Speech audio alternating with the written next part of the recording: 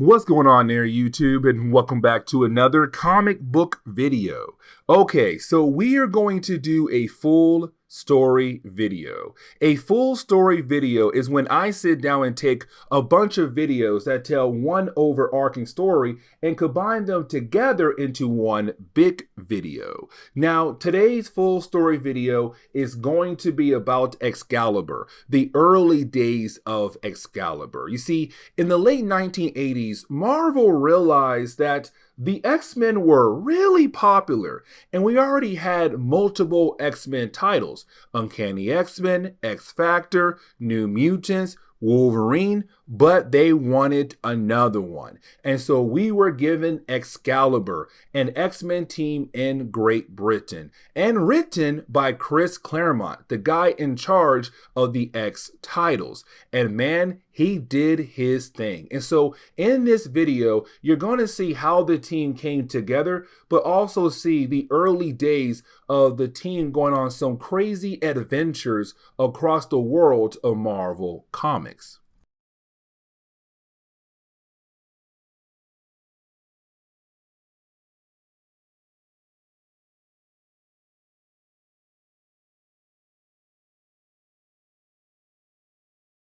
What's going on there, YouTube, and welcome back to another comic book video. Okay, so we are going to continue our coverage over X-Men comics as we work our way up to X-Men Inferno. And now we pick up with Excalibur. Yes, we do. Now, this was a series that was in high demand as soon as I begun my coverage over X-Men comics with the Mutant Massacre. And I said, hey, you know what?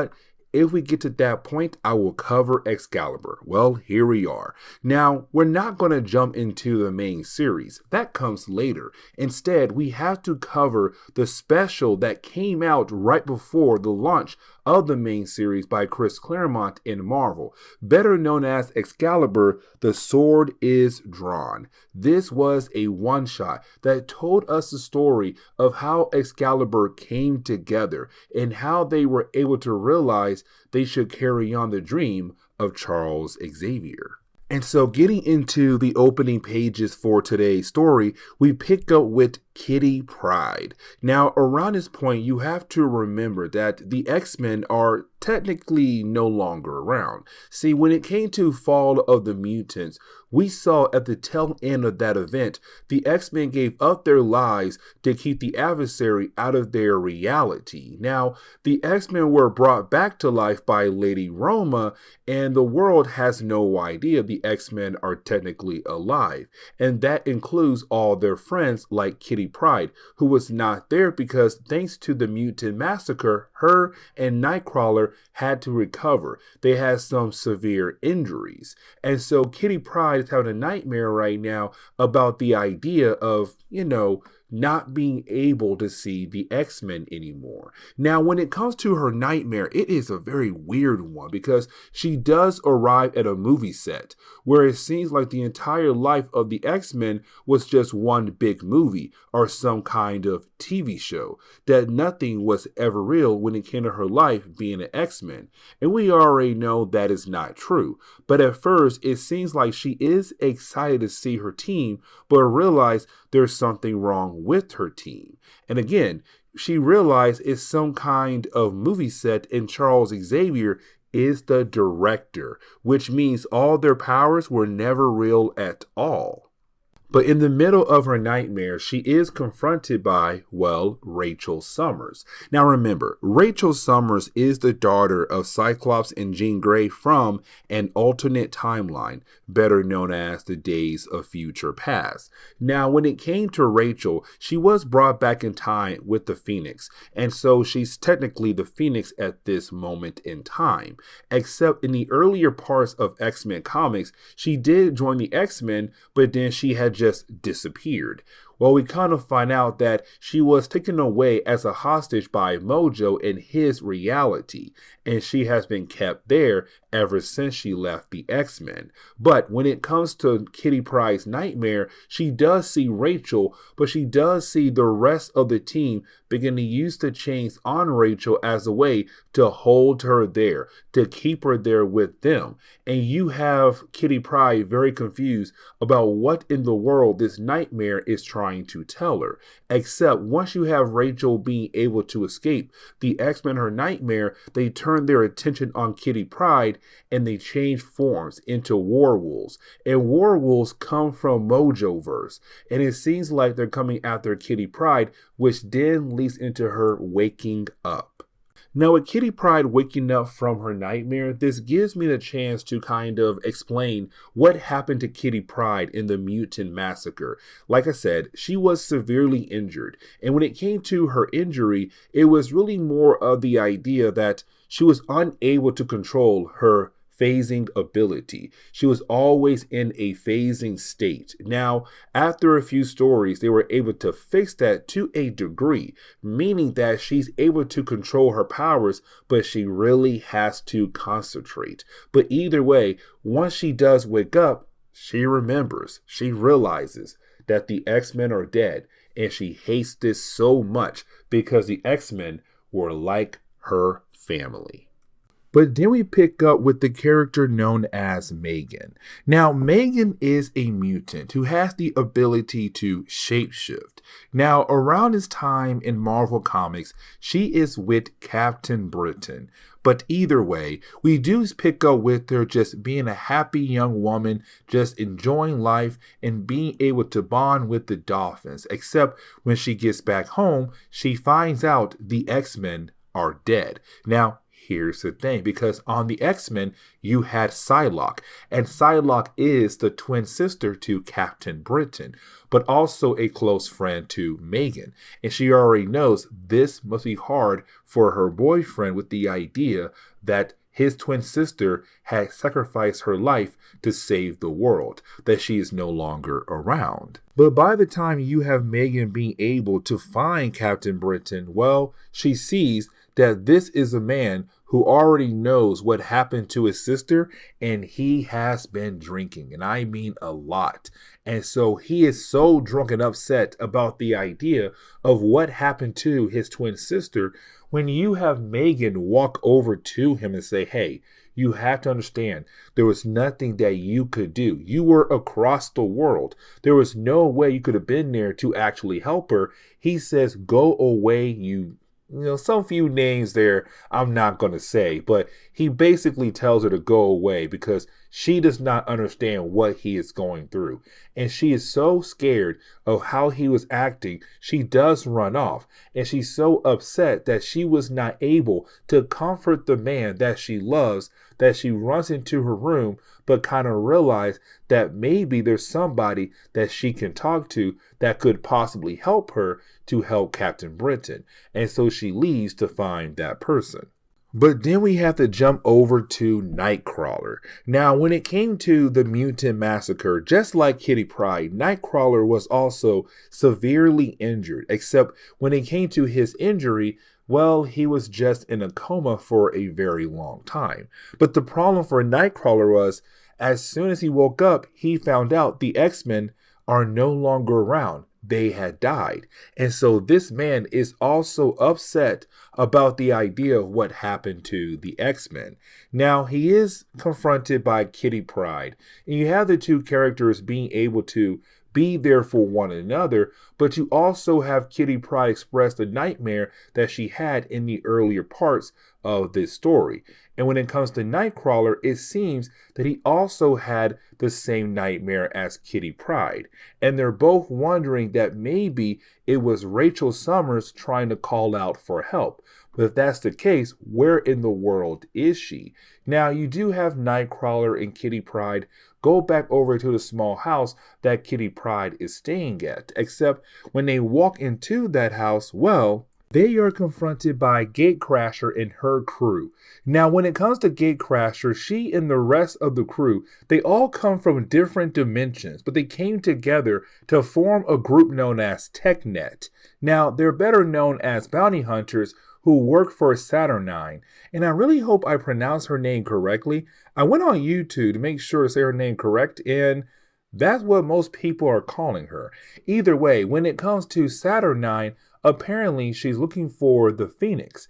And like I said earlier, around this time in Marvel Comics, well, Rachel Summers was the current Phoenix. And apparently she's a danger to the entire universe. And so the TechNet group is going after her to hopefully capture her. Now, when it comes to Kitty Pryde, Nightcrawler, and also Megan, who appears later on, they all agree in the idea of not telling the TechNet group where is Rachel Summers, even though the crew has no idea where she is at. But because they did that, well, you didn't have TechNet attack our heroes and being able to capture both Megan and also Kitty Pryde. Nightcrawler was able to get away because he realized they were not in the right position to fight against a force like that. But he also realized he needs some help, and that help would be Captain Britain. But speaking of Rachel Summers, we do see her being able to make it back to Earth's reality. Now remember, when it came to Rachel, she was being kept away in the Mojoverse, but she was able to escape and come back into Earth's reality, except she's being chased after by the Werewolves. Now the Werewolves, they work for Mojo, and they basically telling Rachel, you have to go back because you signed a contract and you have to follow through with that contract. Now, when it comes to Rachel, she says, heck no, because she knows that she was tricked by Mojo to sign that contract. Either way, when it comes to Rachel, she's able to use her abilities of her own powers and the powers of the Phoenix to defeat at least one of the Werewolves. Now, when it comes to the Werewolves, when they lose one of their own, they go to the dead body, surround it, and howl into the night, basically saying they lost one of their own. And thanks to their howling, well, Gatecrasher, and the rest of her crew, TechNet, they hear the cries of the Werewolves, which means that she knows they must be nearby, which also means Rachel Summers must be nearby as well. Now we jump over to Nightcrawler, and when it comes to Nightcrawler, he goes over to the home of Captain Britain to ask for his help. Now, when it comes to Captain Britain, he's not in a state of mind to help out Nightcrawler, because at the moment he's wondering, what is the point of being a hero? Because to him, the hero life is pointless. No matter what, the world is not getting better. Heroes are dying left and right. Why should they continue on? But for Nightcrawler, he says, that's the hero life. No matter what, you have to continue on in hope that maybe one day down the road, the world would get better. But at the same time, we can't worry about that because the woman you love, my friend, they're both being held as hostages. And here's the thing. If you don't go help her, then you become the problem that you are thinking about. The problems of the hero life. And you have Nightcrawler leave, hoping that Captain Britain will follow, but you have Nightcrawler leave to hopefully go save the life of Kitty Pryde and also Megan. Now we jump over to Rachel Summers, and this leads into the formation of, well, X Factor, because when it comes to Rachel Summers, you currently have her wondering, what could possibly be her next move? She just found out the X-Men are dead, Magneto has taken over the school, and also Charles Xavier is no longer on Earth. She's wondering what in the world can she possibly do here? Except while she is thinking that, well, she is attacked by TechNet. Now, when it comes to TechNet, they have the numbers against her, but luckily for Rachel, Nightcrawler does appear. Except Nightcrawler is not really able to help her to fight against the forces of TechNet.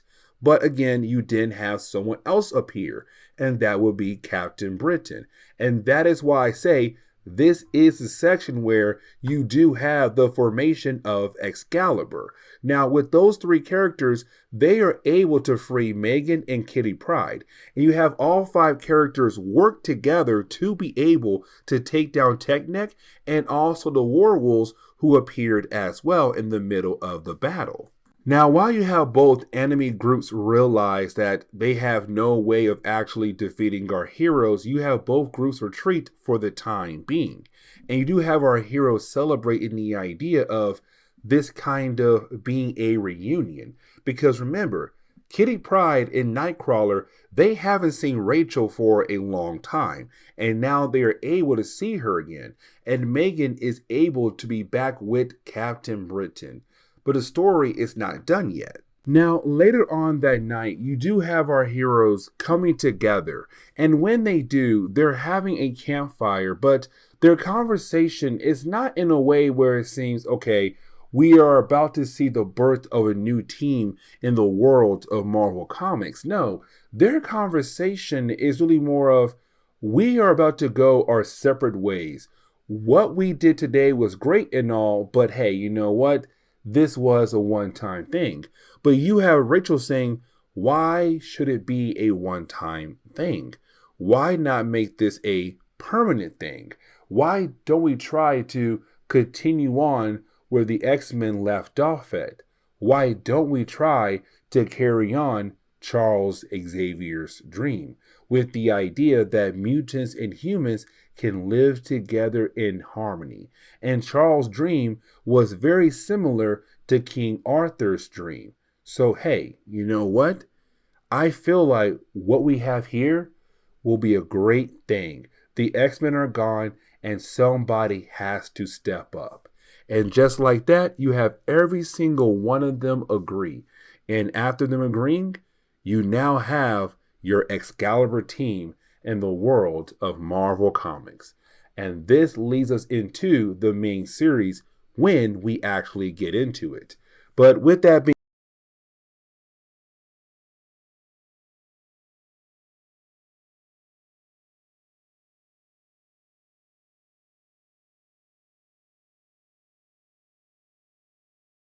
What's going on there, YouTube, and welcome back to another comic book video. Okay, so we are going to continue our coverage over X-Men comics as we work our way up to X-Men Inferno, and now we pick up with Excalibur. Now we're going to jump into the main series, but we are only going to cover the first two issues of the main series to kind of give us a taste on what we're going to see in later books when it comes to Excalibur. Now remember, this team has Captain Britain, Nightcrawler, Megan, Kitty Pryde, and also the Phoenix. Not Jean Grey, but Rachel Summers. And this is a very interesting lineup, but it was a very popular series from the late 1980s all the way into the late 1990s. But I do hope you enjoy. And so getting into the opening pages for today's video, we do pick up with a character known as Tweedledope. And honestly, I like the name, but at the same time, it's really stupid. Either way, when it comes to Tweedledope, you see him messing with some kind of metal head. Now, I do want to say Tweedledope belong or used to belong around this point in time in Marvel Comics to a gang known as the Crazy Gang. Now, I'm not going to sit down and explain who that gang is. I'm going to save that for later videos. But when it comes to Tweedledope, we see him messing around with some metal head and keep continuing to put things inside the mouth of this metal head. Now, he does lose interest in the head once he sees a sign that says that he is wanted, and he throws the head away and goes somewhere else in the city. We then jump over to Excalibur. Now we see Excalibur trying to handle a hostage situation by working alongside with the police. Now this moment is really special because this is the team introducing themselves to the world by saying, hey, we are a new superhero team. We are here to help you guys out. But with that being said, when it comes to Captain Britain, they give him a break because they know who he is. He is their biggest superhero. But when it comes to characters like Kitty Pryde and Phoenix, well, they have some concerns because one, they have no idea who these ladies are, and two, you still have the world mostly scared of mutants, and so they have no idea if Kitty Pryde and Phoenix are mutants, but if they are, well, they're scared of them for that one particular reason. But you do have the two characters go inside the building to hopefully save the hostage, except out of nowhere, they are attacked by some werewolves. Now, werewolves are creatures from Mojoverse, and we saw them in our last Excalibur video. See, when it came to werewolves, they worked for a character known as Mojo, and they were sent to hunt down Phoenix because she had signed a contract to work for Mojo in his Mojoverse for her entire life, except she had escaped back into Earth's reality. And so when it comes to the werewolves, well, they're there to bring her back to Mojo. Now, we do learn that when it comes to werewolves, they have the ability to suck out someone's life energy to the point where the only thing is left is their skin. And you then have the werewolves be able to wear the skin as a disguise. And that is going to be very important. But you do have one of the werewolves being able to kill off a police officer and wear his skin as a disguise. Now, as soon as you have that werewolf being able to kill off the police officer, well, his death is felt with the mind of Rachel Summers, with her being a telepath. Now, here's the thing. When it comes to werewolves, they are immune to her psychic abilities. And that is really important because she did feel the officer's death, but when she tries her best to find his mind or try to locate where it came from, she can't do that. One, because he's dead, and two, because the werewolves are immune to her abilities. Now, you do have her and Kitty Pryde get back on track in being able to handle the hostage situation, but after dealing with that, she does inform Kitty Pryde and Captain Britain what happened, and now you have the team very concerned about what in the world is going on with her, but also what could possibly be going on in the city. And our heroes have the right to be concerned because while you have the team go back home to rest at their new base, well, the werewolves, they continue on to find more people to use their skin as disguises to hopefully ambush Rachel down the road. But every single time they kill somebody, well, she feels that person's death, but just like earlier, she is unable to figure out where that person was at when they were killed off by a werewolf. Or werewolf, sorry. Now, we do jump over to Kitty Pryde.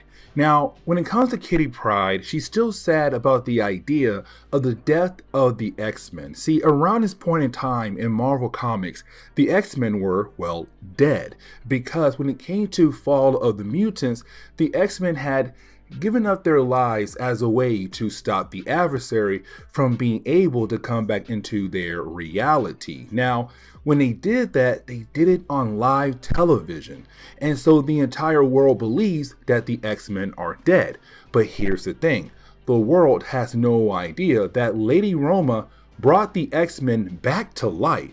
And so the world believes the X-Men are dead, but in reality, they are alive. And when it comes to Kitty Pryde, she also believes that, and so she's very sad about the idea that she lost her family. Now, you do have Captain Britain coming downstairs to make sure that she is okay. She says yes, but she does inform us and him that she is working on some kind of new device. But when it comes to Captain Britain, he does tell Kitty that him and Rachel are going into the city to handle some business. But then we have to shift over to Nightcrawler and also Megan. Now, when it comes to Nightcrawler and Megan, you have the two characters coming back to the lighthouse. And when they do arrive at the lighthouse, this gives Nightcrawler the ability to explore the place, to get a better understanding of where he is going to be at for the next few months, years, who knows how long. Now, when it comes to Nightcrawler, when he is able to explore the lighthouse, his new base, base? Well, he walks into one door and it takes him over to a completely different dimension, or possibly somewhere else in the Marvel universe. Either way, he freaks out and he goes back through the door that leads back to the lighthouse. Now he tells Megan, he's all like, hey, listen, I walked through one door and it took me somewhere else and I have no idea where. Except when she goes through the same door, it leads into a closet. He's kind of like, no, I'm not lying to you. This door led somewhere else. But for Megan, it doesn't. And that is very interesting. But then we jump over to Rachel Summers and Captain Britain at the bank. Now, when it comes to Rachel Summers, I want to focus on her at first because at the bank, she's by herself for a brief moment because she's having a conversation with Nightcrawler and Megan with her mind. But while having that conversation, she is confronted by a character known as Nigel Frobisher, and I really hope I pronounce his last name correctly. And when it comes to Nigel, he thinks that he is a ladies' man, that he is able to get any woman that he wants to get. And so when he walked into the bank, he saw Rachel Summers, and he believes that he'll be able to get her, to only have her use her powers as a way to scare him off. But this man is not going to give up that easily. And you have Captain Britain find that moment pretty funny, except out of nowhere, he is then confronted by Courtney Ross. Now, Courtney is his ex-girlfriend from his college days, and this is going to most likely lead into some drama down the road, because let's not forget, Captain Britain is with Megan, his team member, but also his current girlfriend. And now his ex-girlfriend is coming back into the picture as somebody who is now the vice president of the bank they are currently at. And you have the two characters catch up with one another, but you can tell the two characters are kind of thinking about each other in a more romantic kind of way. But then we have to jump over to Kitty Pryde. And when it comes to Kitty Pryde, we currently see her using her new device, better known as the Double Ganger module. And it has the ability to change her appearance and to look like somebody else.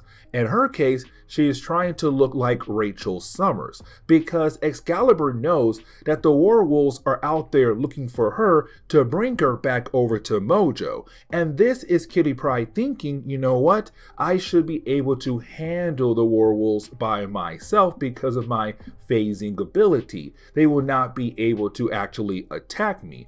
Well, that is going to be a problem later on. But when it comes to Kitty Pryde, she does go out into the city looking like Rachel Summers. Now, something else I should mention is that her device also emits energy that is very similar to Rachel Summers. And so when it comes to the werewolves, they're now detecting two phoenixes in the area, and they're wondering which one to go after. And of course, they go after the one that is Kitty Pryde. Now, you do have Nightcrawler walk into her room to find out what she is thinking, and you have Nightcrawler contact Rachel, who then contacts Kitty to tell her, hey, what are you doing? This is a bad idea. But this is Kitty saying, I should be able to, take care of these guys very easily. But as soon as she says that, she is confronted by the werewolves, and she does try her best to use her phasing ability to protect herself, except they are still able to attack her and hurt her, and that becomes the problem for this video. Because now she is unable to move for unknown reasons. Now you do have Rachel appear, but like I said earlier, when it comes to the werewolves, they are immune to her psychic attacks. Now that means she's still able to use objects around her, but the werewolves have the advantage here because Captain Britain, Nightcrawler, and also Megan are not there. The werewolves have the numbers at the moment, and so they are able to go toe-to-toe with Rachel Summers to the point where they realize they have no choice but to retreat for the time being. But they take Kitty Pryde with them because they still have no idea who is the real Phoenix here, Rachel or Kitty Pryde, and Kitty is unable to move nor phase away, and so you have the werewolves get away by the time the rest of the Excalibur team arrive, and they're all kind of wondering what in the world is going on here. But then we jump over to a random factory where we pick up with a character known as Colin McKay.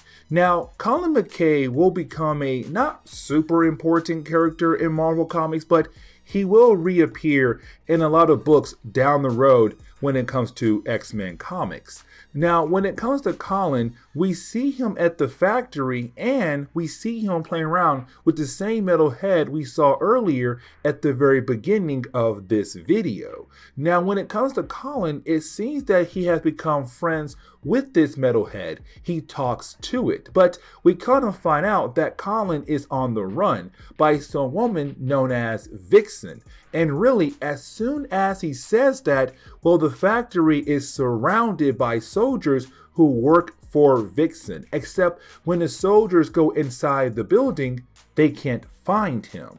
And apparently, he had went into another dimension thanks to the metal head. And again, we still have no idea what in the world is this metal head. But getting back over to Excalibur, you do have them trying their best to chase after the werewolves to get Kitty Pryde back. Now, the werewolves were somewhat smart here. They ran into a subway station, and by the time our heroes were able to get inside the subway station, well, a train was on its way down, and our heroes had to use their powers to stop the train because a few folks had fell into the tracks and well, they would have been killed by the train. Now, because of that, you didn't have the police arrive wondering who in the world has stopped the train and what in the world is all this commotion about. Now, when it comes to Rachel, she wants to ignore the officer and continue to hunt down the werewolves to find Kitty Pryde. But for Nightcrawler and Captain Britain, they can't do that. They are a new team and they need to try to build a relationship with the police, except this officer does seem a tad bit fishy. But speaking of the werewolves, you have them being able to go into the deeper parts of the underground tunnels. Now, once they do arrive, they realize that they have the fake Phoenix. Kitty Pryde is not the real one. And so in their eyes, there's no point to keeping her around. So why not go ahead and kill her and use her skin as a disguise to hopefully ambush Rachel down the road? Except while you have one of the werewolves trying to absorb her life energy, well, you have Kitty being able to send out a psychic scream, where of course it was heard by Rachel Summers. She was able to locate where where Kitty Pryde was at. And so you have Rachel just fly straight over there. Except when it comes to Kitty, we see something strange happen to her. Instead of her life energy being absorbed, she just completely disappears. And the only thing that's left is her clothes. And the werewolves are wondering where in the world did she go to? Because at first she could no longer, phase. But out of nowhere, she just disappeared. Now, while you have Rachel Summers in the sky being the Phoenix, well, Nigel, the character we saw earlier who thinks that he is the Lady Man, he sees her. And this is a very important moment because he believes that her and him belong together. He had lost complete interest in the woman that he had in his bedroom at the moment, and now he only wants Rachel. Now, on the other side of the city, we pick up with Courtney, and like I said earlier, there's going to be some love drama coming up soon because when it comes to Courtney, she does also see the Phoenix in the sky, but she begins to think about her and Captain Britain back in the day when they were a couple, meaning that she might try to get him back. But shifting our focus back over to Rachel, you have Rachel trying to use her powers to locate Kitty, except it's really hard to find Kitty because she has a weak psychic connection, and she tells the rest of the team to look deeper in the tunnels to hopefully find Kitty. Now, when it comes to Nightcrawler, he realized that one of the officers, matter of fact, the officer that had stopped Rachel earlier, is acting a tad bit weird, and really, he also goes into the the tunnels, and you have Nightcrawler follow, except Nightcrawler has no idea that Officer is a werewolf. And so when he goes in the tunnels, he finds the skin that the werewolf was using, except he can't find the werewolf. And the reason why? Because he is behind Nightcrawler and he is able to get the jump on Nightcrawler. Now, with that attack happening, Nightcrawler was able to warn Rachel, who then warns Captain Britain and Megan about what happened to Nightcrawler, and they also run into the tunnels to hopefully find Nightcrawler, Kitty, and to save the day. But now we have to shift our focus back over to the werewolves, really the one that had tried to absorb Kitty Pryde earlier, because you do have that one beginning to change. Really, it begins to take the shape of Kitty Pryde and also begins to think like Kitty Pryde, and the idea the two people have combined into one. Now, while you have that werewolf freaking out, the others are kind of upset with him because while he was freaking out, he did damage their skin disguises they were using earlier. Now, while you have the werewolves arguing with one another, well, you have Excalibur appear, and this leads into another battle. Also, because Nightcrawler was there as well as a hostage, he does wake up to help out Captain Britain and Megan to fight against the werewolves as well.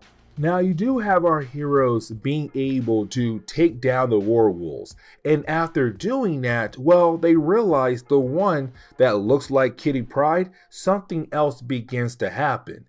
Here's the thing. Kitty Pryde is actually inside the body of this werewolf, so she somehow phased into the body of the werewolf but was trapped inside. But now she's able to get herself out of its body.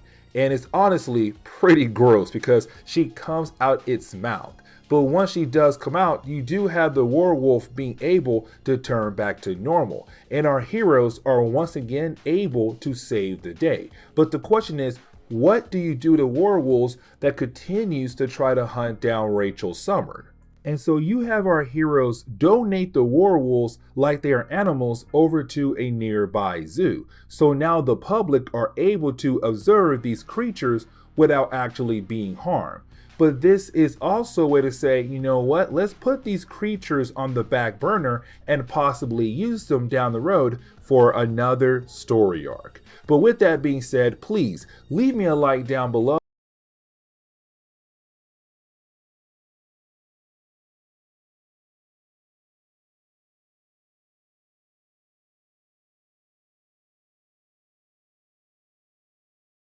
What's going on there, YouTube, and welcome back to another comic book video. Alright, so we are going to continue our coverage over X-Men comics as we work our way up to X-Men Inferno. And now we pick up with Excalibur number 3. Yes, you heard that right. We are only going to cover one single issue because this is a one-shot where you have Captain Britain and Excalibur going up against the Juggernaut, but also it's moving day, and I'll explain more about moving day in the second half of this video. But I really want to focus more on Excalibur getting ready to fight against the Juggernaut because he is a very strong opponent for our brand new team in the world of Marvel Comics.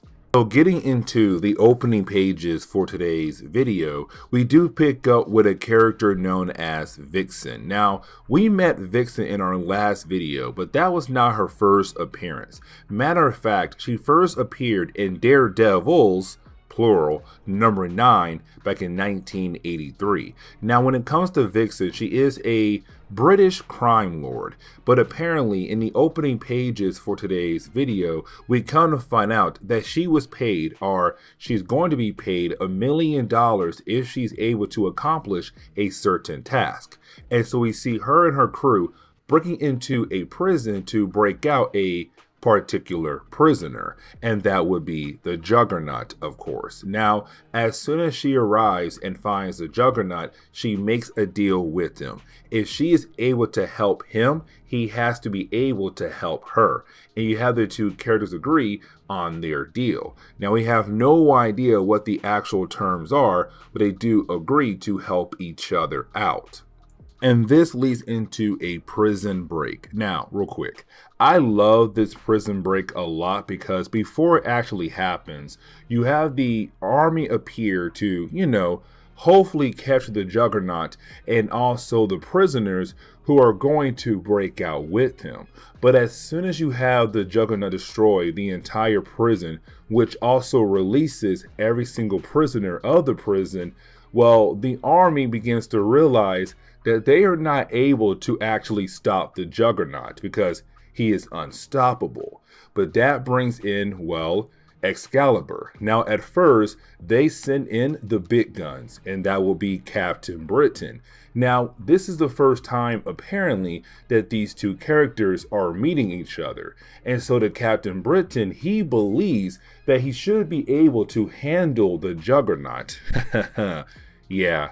That's a huge mistake because you have Big Boy here just punch Captain Britain back in one single punch, sending him flying and having the rest of the team wondering if he's actually able to handle the Juggernaut. Now, here's the thing. Rachel Summers, better known as the Phoenix, she has the ability to actually stop the Juggernaut right now because currently he is not wearing his helmet that usually protects him from any kind of psychic attacks, except this is Captain Britain wanting to see if he's actually able to handle the Juggernaut on his own, which of course he cannot. But either way, you have the rest of the team use their abilities and their time to capture the rest of the prisoners who are also trying to escape from the prison. And so once you have that all done, you then have Rachel Summers turn her attention back over to the Juggernaut and then use her ability to shut down his mind. So yes, you did have Excalibur fight against the Juggernaut, but honestly, it was not really that complicated or hard for the team to find a way to actually stop him. But then out of nowhere, we are then introduced to a random character whose main goal is to make contact with an alien race. And so he goes into an old factory where he finds Widget. Now, we have met Widget in our earlier Excalibur videos, except we have not learned much about Widget, but we will in later videos. Now, when it comes to our random character, he is trying his best to become friends with Widget. Now, when it comes to Widget, it wants to believe that our random character is a good person. And so he goes out of his way to open up a portal for our mysterious old man. The old man walks through the portal thinking that he is going to meet an alien, except once he does walk through the portal, he is confronted by Saturnine, and we're left to wonder what in the world is going on with this Widget character. But then we jump over to moving day. Now, this is really important because you are talking about the idea of Excalibur all moving in together under one roof. And of course, it would be Captain Britain's lighthouse. Now, this is a huge problem. You are talking about the idea of 5 people moving into a lighthouse that only has one bathroom. You're gonna have a lot of arguing happening in the early days of this new living situation. And technically it all starts with Kitty Pryde, because right before she moves in, she got sick with the flu. And she's trying her best to try different things to make herself feel better. And it does lead into different arguments with her and Captain Britain. Now, out of nowhere, a fire has started in the kitchen because of Megan. She's trying her best to make something that could possibly help Kitty Pryde get better, but unfortunately, she started a fire. Now, the fire is spreading and is heading towards a bunch of crates. Now, for Captain Britain, his idea is just move the crates away from the flames and then stop the flames from getting bigger. But when it comes to Rachel Summers, no. Why not go ahead and just throw those boxes into the ocean? And we kind of find out why she did that. Those boxes were full of whiskey. And when it comes to Captain Britain, he has become an alcoholic. And that is beginning the process of doing some harm to his relationship with Megan because she feels like if he has a problem, he should go to her. But instead, he goes home and opens up a bottle and begins the process of him becoming what she believes an alcoholic. And it does lead into an argument where you have Captain Britain really expressing the idea that he's very upset with her, but also the idea of having the entire team living under his roof. And so he leaves. Now, Nightcrawler is able to comfort her, but we're left to believe in the possibility of her and Nightcrawler might be getting together. Now, when it comes to Rachel Summers, she does sit down with Kitty Pryde, and she explains to Kitty that Captain Britain does have the right to be upset here because he has given up his home to allow them to live in there. This is going to be an interesting living situation. But when it comes to Kitty, she is saying, all you have done is take, but you have not given anything up at all. And that right there is not okay at all. Now, Kitty Pryde kind of understands where Rachel is coming from, but at the same time, she's still somewhat upset. Now, when it comes to Kitty, she does continue to mess around with her tech, except out of nowhere, the power goes off. Now, when it comes to Kitty, she believes, okay, you know what? I must have shorted a fuse somewhere. Let me go ahead and go to breakers and see what I can do to turn the lights back on. Now, she goes into the same storage room we saw in our last video that Nightcrawler went into. And remember, in that video, when he had walked into that room, he walked into another dimension. But now it seems like Kitty Pryde is confronted by somebody who looks just like her, and also her pet dragon as well. And she freaks out and calls the rest of the team. Now, we do pick up with Captain Britain to kind of find out where he went to after running off in the middle of the night. And we currently see him talking to Courtney. Now, remember, Courtney is his ex-girlfriend from his college days, and she came back in the picture recently telling him that she's now a vice president of a new bank in the city. Now, the two characters were able to reconnect with one another, but let's not forget that Captain Britain is dating Megan, and here he is right now going to his ex-girlfriend hoping to get some kind of advice on what he should do with his life.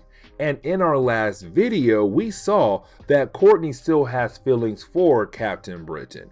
Now, when it comes to Brian, he says that he does not hate the idea of being Captain Britain. He just wished he had a choice because to him, it was kind of forced on him to become a hero. And really, almost anything he does as a hero was forced on him. And he hates that so much. And he feels like if he had a choice, maybe, just maybe, his sister, Psylocke, would still be alive. Because remember, around this time in X-Men comics, the world believes that the X-Men are supposedly dead, not knowing that the X-Men are actually alive. Now, before you have Courtney and Brian able to continue on with their conversation, Rachel Summers does contact Brian with her psychic ability, saying, hey, you need to come back to the base, which he does leave to go back there. But after leaving, you can tell that Courtney is really hoping in the idea these two characters get back together again. Now, the ending of the book is really a strange one because you do have Captain Britain go back to the base, the lighthouse, but they don't really tell him what exactly happened to Kitty Pryde. Instead, you have Captain Britain saying, maybe we can try to see if this can possibly work out. Meaning that he really hopes it can work out because he wants to make sure that this team actually succeeds. And then the book ends on that note. And then we move on to another character going after Excalibur. But I'm going to save that for another video. So with that being said,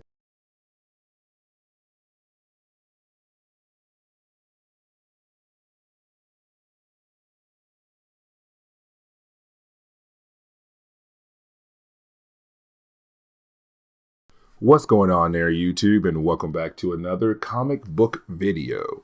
All right, so we are going to continue our coverage over X-Men comics as we work our way up to X-Men Inferno. Now, we do pick up with Excalibur number 4 and number 5. Now, this is a two-part story arc where we do see the return of Arcade. Now, when it comes to Arcade, he is used in a lot of different Marvel books. But this one right here, this story arc is really important because when it came to Arcade first appearing in Marvel Comics, it took place in a Marvel team-up book with Spider-Man and Captain Britain.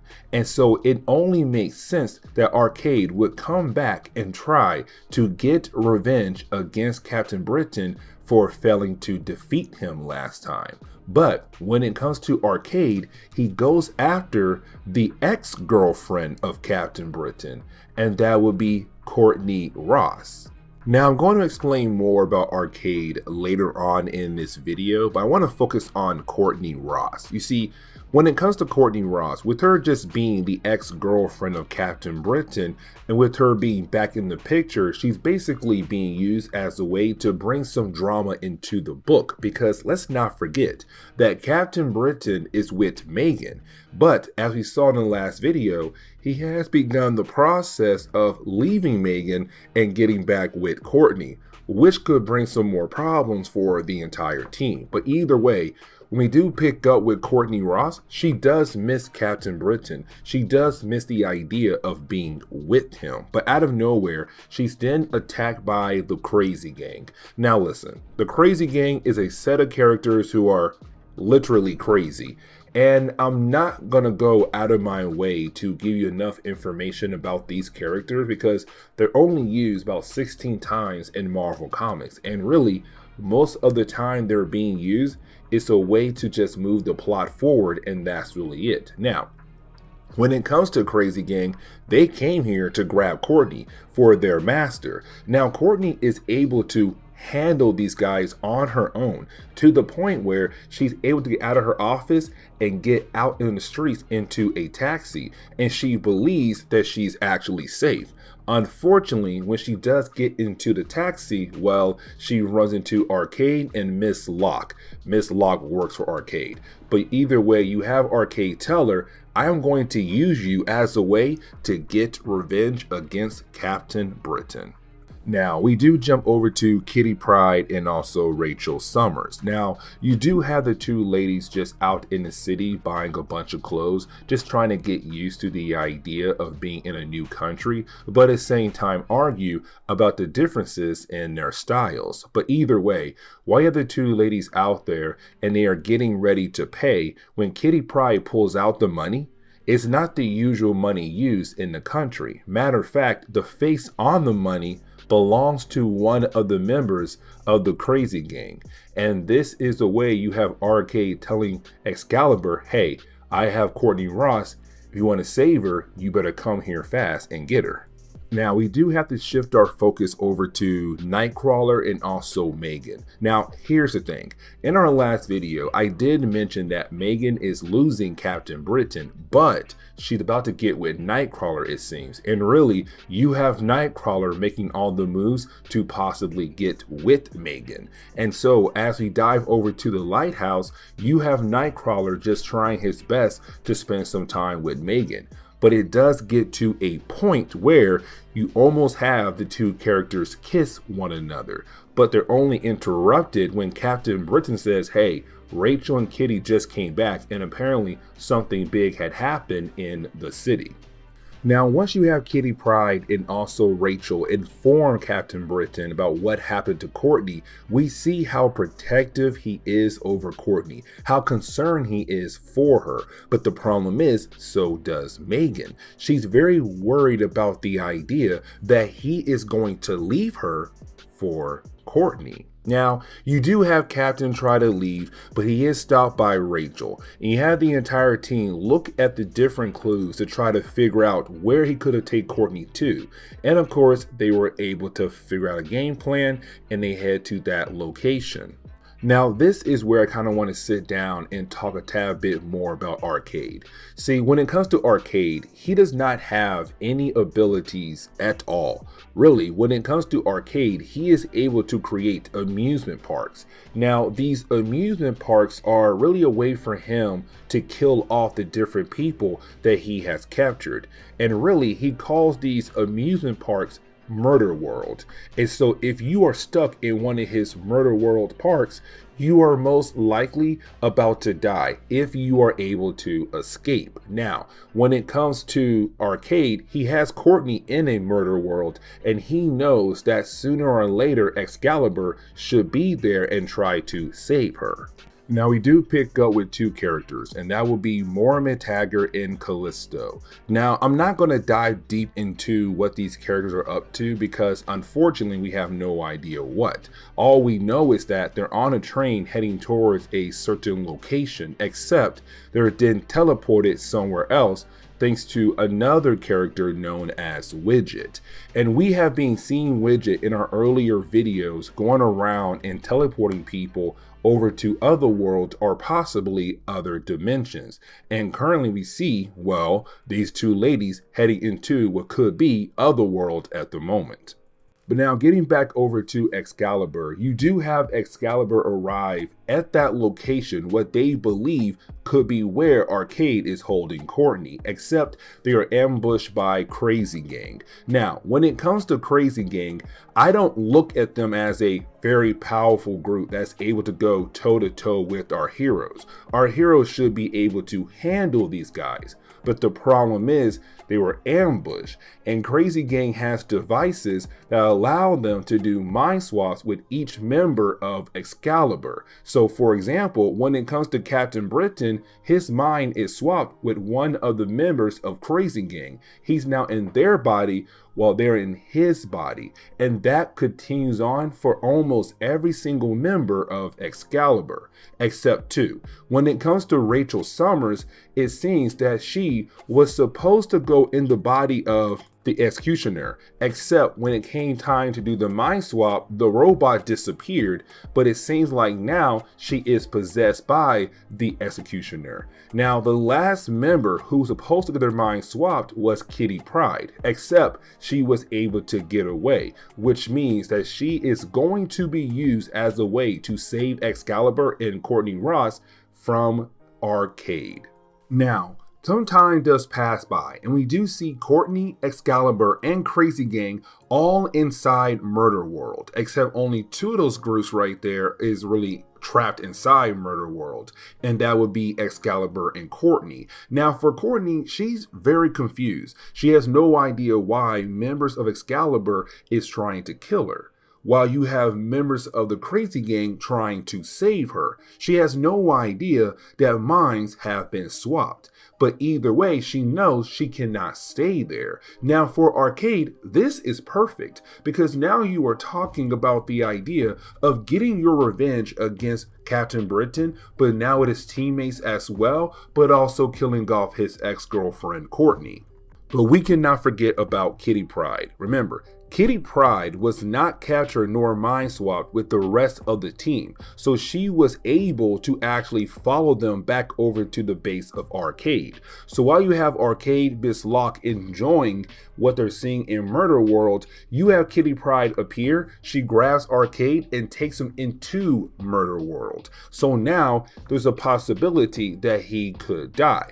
Now Miss Locke, she could save him, but when it comes to Kitty Pryde, let's not forget, when it comes to her abilities, most of the time when she fades through technology, she short circuits them. And so Miss Locke can no longer shut down Murder World. And so now her boss Arcade is trapped inside with the rest of Excalibur and Courtney Ross. And so we then pick up with Kitty Pryde, and Kitty Pryde is going to wrap up the whole Arcade idea of the storyline. Now real quick, when it comes to Kitty Pryde, we do learn that her and Cypher, before he had died and Fall of the Mutants, were able to create a program that would allow them to save themselves when it comes to going up against a character like Arcade. And so you didn't have Kitty Pryde being able to upload that program, and Murder World is no longer in his control. It's now in her control. Now she does meet up with Courtney to inform Courtney what happened to Excalibur, the whole mind swap situation. But she does tell Courtney, you are the only person who can possibly help me here. And so what Kitty is saying is that I am going to distract them, and then you are going to sneak up from behind and attach the devices that could fix our whole entire problem to put their minds back into their original bodies.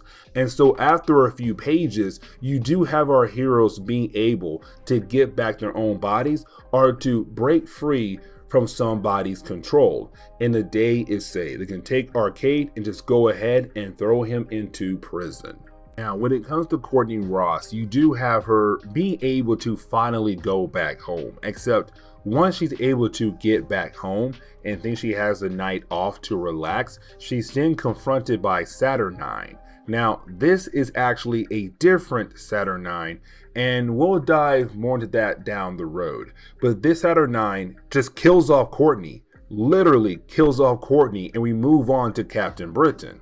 But did we jump over to Captain Britain, where you have Captain Britain informing Nightcrawler about the idea of leaving Megan and getting with Courtney, because he believes that Courtney does a better job understanding what it's like to be him, or knows him better than Megan does. And really, it leaves the door open for Nightcrawler to just swoop in and take Megan if he wants to. But he does tell Nightcrawler, I'm going to do it. I'm going to leave Megan for Courtney. And for our boy, Kurt, he's kind of like, you are making a huge mistake. And so once you have Captain Britain arrive at her apartment, he finds Courtney. Now, he has no idea. Most likely, this is not Courtney, but in his eyes, it is Courtney. And she makes a move. They kiss. And so this confirms that Captain Britain is officially leaving Megan to be with Courtney. And this is where we are.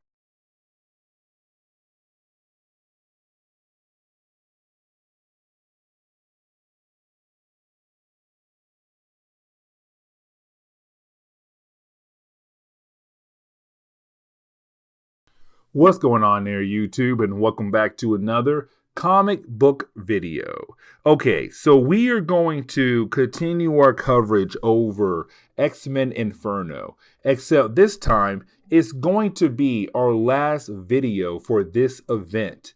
But we have already covered all the other X books that had came out around this time in Marvel Comics.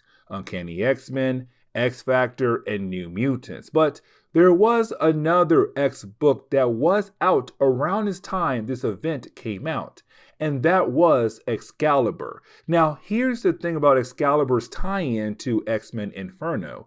They only had 2 chapters, Excalibur number 6 and Excalibur number 7. And the 2 chapters really took place in the early parts of the actual event. Matter of fact, they took place before the ending of New Mutants chapters in X-Men Inferno. But this X team did not cross over with the other X team like the X-Men or X-Factor and New Mutants. They were really on their own, but they were pulled here into this event by Rachel Summers, who was trying to save her younger brother. You see, when it comes to Rachel Summers, the daughter of Cyclops and Jean Grey from an alternate timeline, when she had arrived back into the main Marvel universe, Cyclops and also Madeline Pryor just had their son Christopher, who is her younger brother. And so when it came to Rachel, she went out of her way to build a mind connection between her and her younger brother Christopher. And so anytime he's in danger, he can call out for help, for her to help him out. And so when it came to X-Men Inferno, he was kidnapped multiple times by different people. But apparently he had called out for help. He wanted his big sister. And when it came to Rachel, around this point in time in Marvel Comics, she was the Phoenix. And so as soon as she felt that her brother was in danger, she ran off to go save her brother. But when she left, she caused a lot of damage to the lighthouse, the current base for Excalibur. And the rest of the team is freaking out wondering what in the world is going on with Rachel. Now, something else I should mention is that when it comes to Captain Britain and Megan, they're kind of falling apart when it comes to their relationship, to the point where you now have Nightcrawler trying to move in on that relationship. And that is going to be somewhat important for today's video. Now, before we are able to explore the whole Rachel Summer storyline, we have to jump over to a brand new organization coming together, and that would be WHO, and they stand for Weird Happenings Organization. Now, their main goal is to, well, go around and investigate weird things happening in the world. Now, we are introduced to 3 members of this organization. First is Dave Thomas, and he was called up by Alessandra Stewart, and I really hope I pronounced her first name correctly. Now, when it comes to Stewart, the reason why she called up Thomas is because a random train had appeared out of nowhere. Now, before we are able to talk more about the train, I kind of want to talk about another member of this organization, and that would be Alistair Stewart. He is the twin to Alessandra Stewart. And you have Alistair tell Day that, hey, listen, this train is not normal. And the reason why? Because it is a Nazi train. And the Nazis lost back in World War II. So why in the world is a Nazi train appearing randomly in our train stations? Now, here's the thing, because when you have the WHO members get on the train, they are confronted by Moira Taggart and also Callisto. But here's the catch. Those 2 characters, as we know, are usually, side characters in X-Men comics. But for some reason, they're Nazis. And they're kind of wondering why the WHO organization is trying to board their train. And so we're led to believe that this version of Moira and this version of Callisto must have come from another universe, another Earth. Now, when it comes to Chris Claremont, he does not spend that much time when it comes to the WHO organization. He wants his main focus to be on, well, the Inferno event. And so we jump back over to Rachel Summers. Now, when it comes to Rachel, when she arrives in New York, she's kind of like, okay, I have to find my brother. But like I said earlier, when it comes to the Excalibur chapters, they take place right in the middle of the New Mutants chapter. And so you have all these different kind of demons just running around. You have different objects coming to life. Now, when it comes to Rachel, she runs into the Goblin Queen. And remember, the Goblin Queen is Madeline Pryor, but Madeline is the clone of Jean Grey. And so for Rachel, she's like, oh my God, it's my mother, not knowing it's not her mother. It's Madeline, who has gone crazy and taking a huge part in the Inferno event. Now, out of nowhere, Rachel is grabbed by a building that had came to life. And that is a huge problem for her, because no matter how powerful Rachel is, she's unable to actually escape from this building that had came to life. And so, matter of fact, you have this building being able to absorb Rachel inside of it. And we're left to wonder what in the world had happened to Rachel. Now, when it comes to the rest of the Excalibur team, they're on their way over to New York because Kitty Pryde knew where Rachel was trying to go to, because again, Rachel was able to build a mind link with her younger brother, Christopher. Now, when it comes to Excalibur, like I said earlier, there's some drama going on at the moment. Let me explain. So when it comes to Captain Britain, he is currently dating Megan. But as we saw in the earlier parts of Excalibur, Captain Britain has been getting back with his ex-girlfriend from his college days, and that would be Courtney Ross. And Nightcrawler knows all about it. And when it comes to Nightcrawler, he's very upset at Captain Britain stepping out on Megan. And so for Nightcrawler, he is trying to move in and replace Captain Britain in Megan's life to be her new boyfriend. And so while you have the team trying to fly over to New York, you have different things happen in a way where now you have Megan using her flying ability to carry Nightcrawler while you have Captain Britain carry Kitty Pryde. And that gives Nightcrawler the chance to spend some quality alone time with Megan to the point where he's hoping she'll leave Captain Britain for him. But now we have to jump back over to Rachel Summers. Now, when it comes to Rachel, she was able to escape from that building that was trying to absorb her. Except right after being able to escape, well, she's then confronted by an unknown character. And she is hoping that this unknown character would be able to tell her what in the world is happening currently in New York. Except we're left to believe that this character is about to do something big to Rachel. Now, once you have the rest of the Excalibur team arrive, they realize that New York has changed a lot since the last time they were in the city. Of course, talking about the idea of demons being all over the city. But on top of that, the Empire State Building has grown a lot since the last time they were around.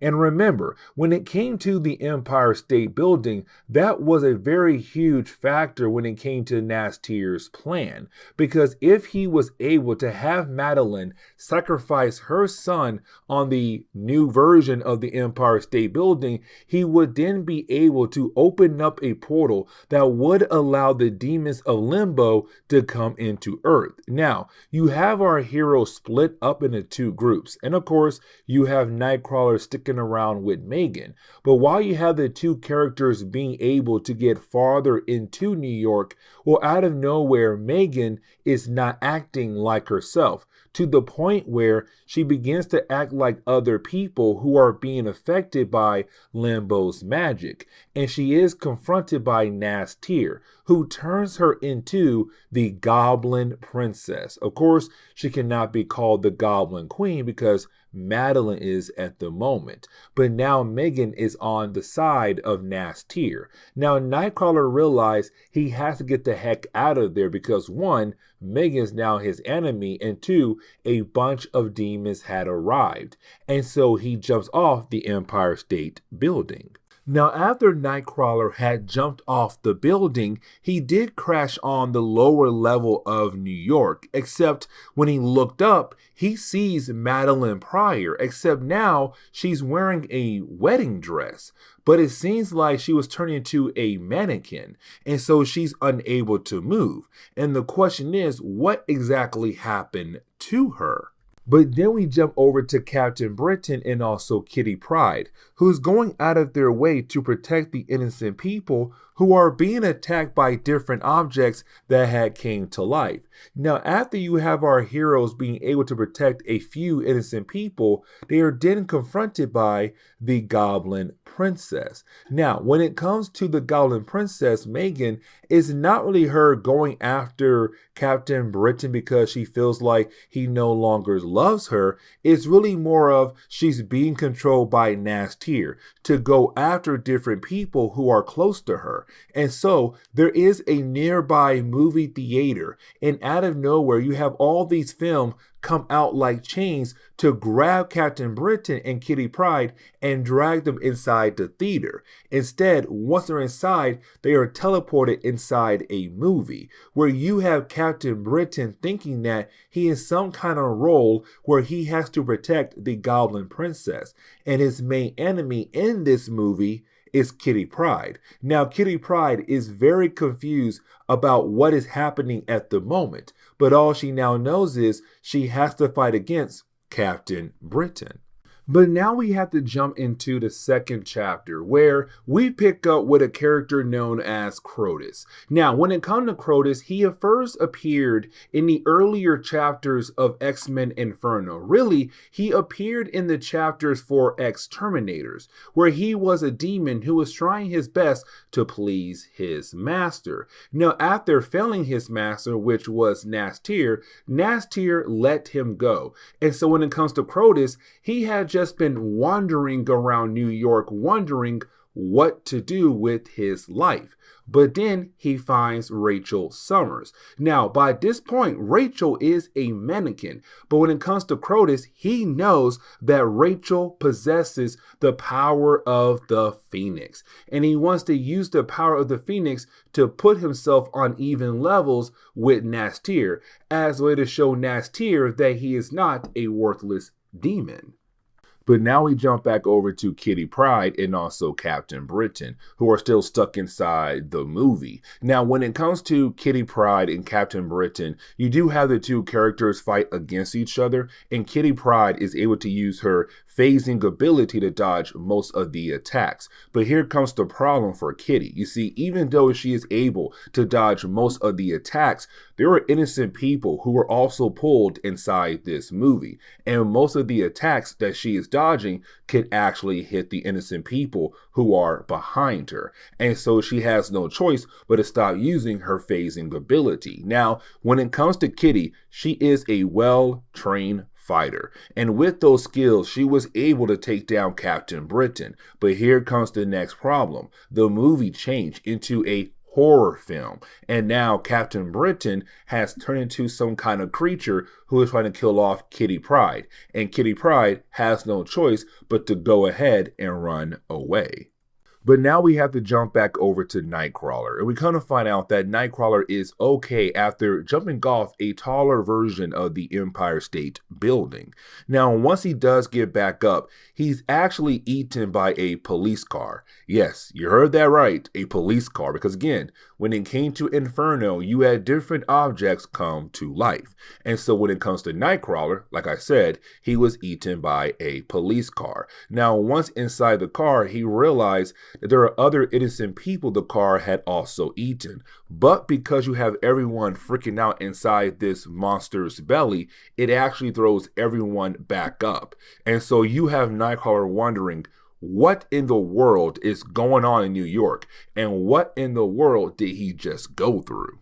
Now, I want to shift our focus back over to Kitty Pryde and also Captain Britain again, because I really do love the whole idea of this horror film, because it brings back a lot of good memories of, sitting down and watching those scary movies. Because when it comes to Kitty Pryde, she's trying her best to run away, but no matter what, Homeboy is just able to get there like it is nothing. Now, you would think, okay, Kitty Pryde should be able to use her phasing ability to dodge, again, most of the attacks that are coming from Captain Britain. But she can't. For some reason, her phasing abilities no longer works. And so she was only barely able to dodge one of his attacks. Now, I do want to say it's kind of cool to see a call out to Freddy Krueger in this one book right here, because Homeboy almost looks just like Freddy Krueger. Now, I want to shift our focus back over to Nightcrawler again, because Nightcrawler is going through it, guys, because he does find cover in a nearby mall. And matter of fact, on the way there, he is able to save a woman that's being attacked by some mannequins. Yes, you heard that right. Mannequins have now come to life and now attacking innocent people left and right. But things get even crazier, because now you have toys also coming to life. Toys from different science fiction movies, TV shows, video games, whatever, they're all coming to life in this mall. And so you now have an actual war between the mannequins and the science fiction toys. It's pretty funny to see, because for Nightcrawler, he's wondering what to do here. Like, all you can do is sit there and watch these two sides fight against each other. Now, when it comes to Nightcrawler, things do get a tad bit crazier. You see, he does find another mannequin that looks just like Rachel Summers. But let's not forget, there was another one he saw earlier, and the other one was wearing a wedding dress that is currently with Crotus, who's right now trying to do a ritual that will bind Rachel Summers to his control. Now, when it comes to Nightcrawler, he does take the newer mannequin, but he's now trying to find the other mannequin, but to somehow find a way to free Rachel Summers. Summers. Now, once he does find the other mannequin and sees that it's currently being in a ritual with Crotus at the moment, you have Nightcrawler jump in to stop the ritual. But he also grabs the Grinmore that was being used in the ritual. Now, when it comes to Nightcrawler, once he has the Grinmore, he was able to reverse the spell that was done on Rachel Summers, combining the two mannequins together and turning her back to normal. And so now Rachel Summers and Nightcrawler can work together to find the rest of their team. Now, when it comes to Kitty Pryde and also Captain Britain, they're still stuck inside the movie world. But now things are beginning to change once again, because now they're in a dancing movie and now they have to dance. Now, when it comes to Captain Britain, he's trying his best to please the woman he supposedly loved at the moment, and that would be Megan, the Goblin Princess, who has control over him. And so he's trying to outdance Kitty Pryde. When it comes to Kitty, though, she's also trying to outdance Captain Britain, but for different reasons. And her reason's more of to just survive. Now, after you have the two characters dance for a while, Captain Britain does lose. And because he lost, he's now a complete slave to the Goblin Princess. Now, the movie does change once again, where now you have the Goblin Princess and Captain Britain inside some kind of castle, where now he is her slave. But now you have Kitty Pryde coming in a knight armor suit as a way to save Captain Britain from the control of the Goblin Princess. Now, as soon as she walks inside the castle, well, the Soul Sword appears. Now, remember, the Soul Sword is a very important item for Magic, who's on the New Mutants. Part of her soul is inside the sword. But when it comes to the Soul Sword, it has the ability to destroy magic around it, as long as you hit those magical things with the sword. And so when it comes to Kitty Pryde, she knows if she's able to use the Soul Sword on the Goblin Princess, but also on Captain Britain, everything should go back to normal. And just like that, it does. She swings at Captain Britain, he's normal again. She swings at Megan, the Goblin Princess, and now she's back as Megan again. And everything goes back to normal for those three characters. And the story really ends on that note right there, where you have the Excalibur team kind of shaken because they went through a lot of different things and they have no idea how to process those different things that had happened to them. But that's really it for Excalibur in Inferno. And really, this is our last Inferno video, because now we're going into the aftermath of Inferno and working our way over to the next X-Men crossover. But with that being said, guys, please leave me a like.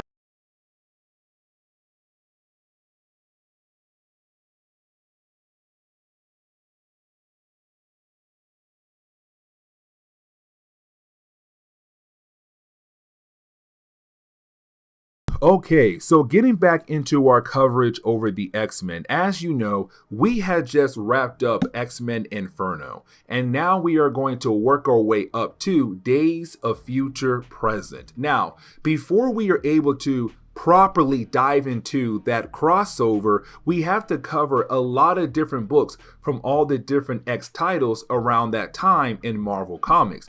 You are talking about like Excalibur, New Mutants, X-Factor, Uncanny X-Men. You also had the Wolverine solo series. And there are some titles I did not mention we're going to cover down the road. Now, today's video is only going to focus on one book, and that would be Excalibur number 8. And the reason why, because Excalibur number 8 is used as a way to begin the process of moving us away from X-Men Inferno and getting us ready for what's to come down the road for this team leading into Days of Future Present.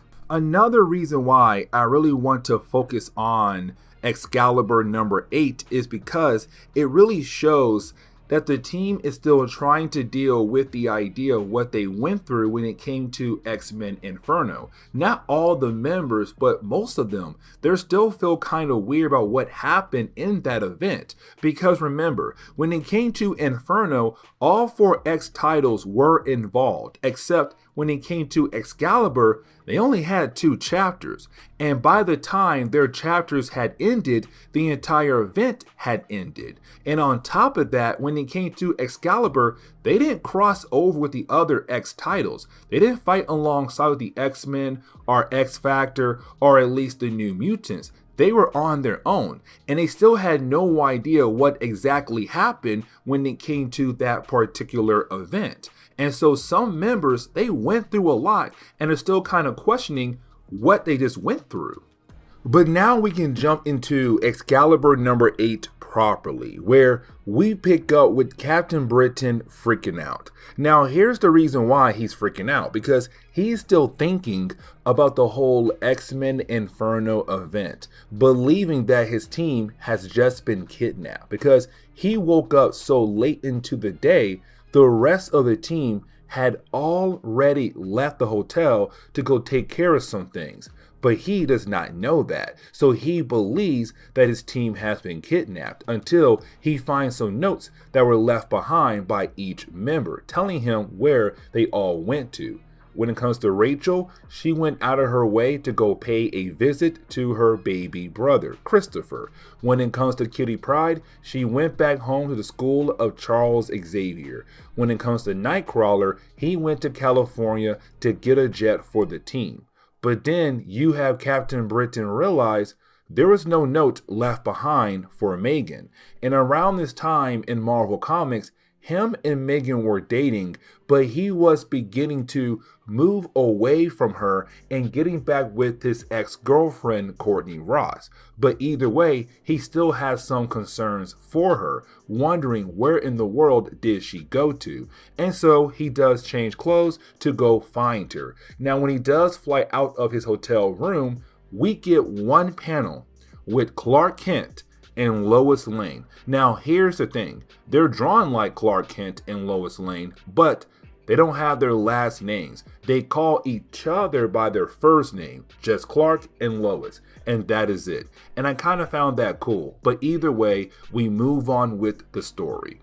But now we have to shift our focus over to the one person on Excalibur that was heavily affected by the whole Inferno event, and that would be Megan. Now remember, when it came to X-Men Inferno, when Excalibur arrived in New York was already deep into the Inferno event. But her and Nightcrawler were confronted by Nastir. When it came to Nastir, he had turned Megan into the Goblin Princess, who then tried to kill off the rest of her team. Now, she was stopped by Shadowcat, but for Megan, it just hurts her so much to think that she had almost killed off her entire team, especially Captain Britain, the man she loves. Oh, by the way, she's also beginning to fall in love with Nightcrawler as well. Now we see her on the beach at the moment, and we see her crying. And then she is confronted by a group of women. Now, these women realize that she is crying about something, and they're going out of their way to help her, to cheer her up. And they say, hey, you know what? Come with us, we'll take care of you and make sure you feel better by the end of the day. Now we shift our focus over to Kitty Pryde, and you have Kitty Pryde heading over to the school of Charles Xavier. Now remember, at the tail end of the X-Men Inferno event, we saw the school get blown up by Mr. Sinister when he was battling against X-Factor and also the X-Men. Now once you had our heroes being able to stop him, they all left school like that and went on with their lives. But shortly after, the New Mutants came back home and realized that their home has been destroyed. But either way, you have the Young Mutants trying to clear the area up. But then out of nowhere, they're confronted by Kitty Pryde, who's very upset with them. Because back in Fall of the Mutants, the second X-Men crossover, at the tail end of that event, Cypher died, one of the members of the New Mutants, who was very close to Kitty Pryde. And that is why she's very upset with the team, because to Kitty, they're reckless. Now, when it comes to Kitty, she also blames the New Mutants for other things as well. So, for example, she blames them for what happened to Magic, who was recently de-aged at the tail end of X-Men Inferno. She also blames the New Mutants for what happened to the school, not knowing it was really the X-Men fault for what happened to the school. Because remember, when it comes to Kitty Pryde and most of the people of the world, they believe that the X-Men are dead. Let me explain. So back in Fall of the Mutants, you had the X-Men give up their lives on live television to stop the adversary. Now, when they did that, the world believed the X-Men had died that day, not knowing that shortly after, they were brought back to life by Lady Roma. But when it came to the X-Men, they felt like it was best for the world to believe that they were dead, so that they'll be able to take down their enemies without putting their family and friends in danger.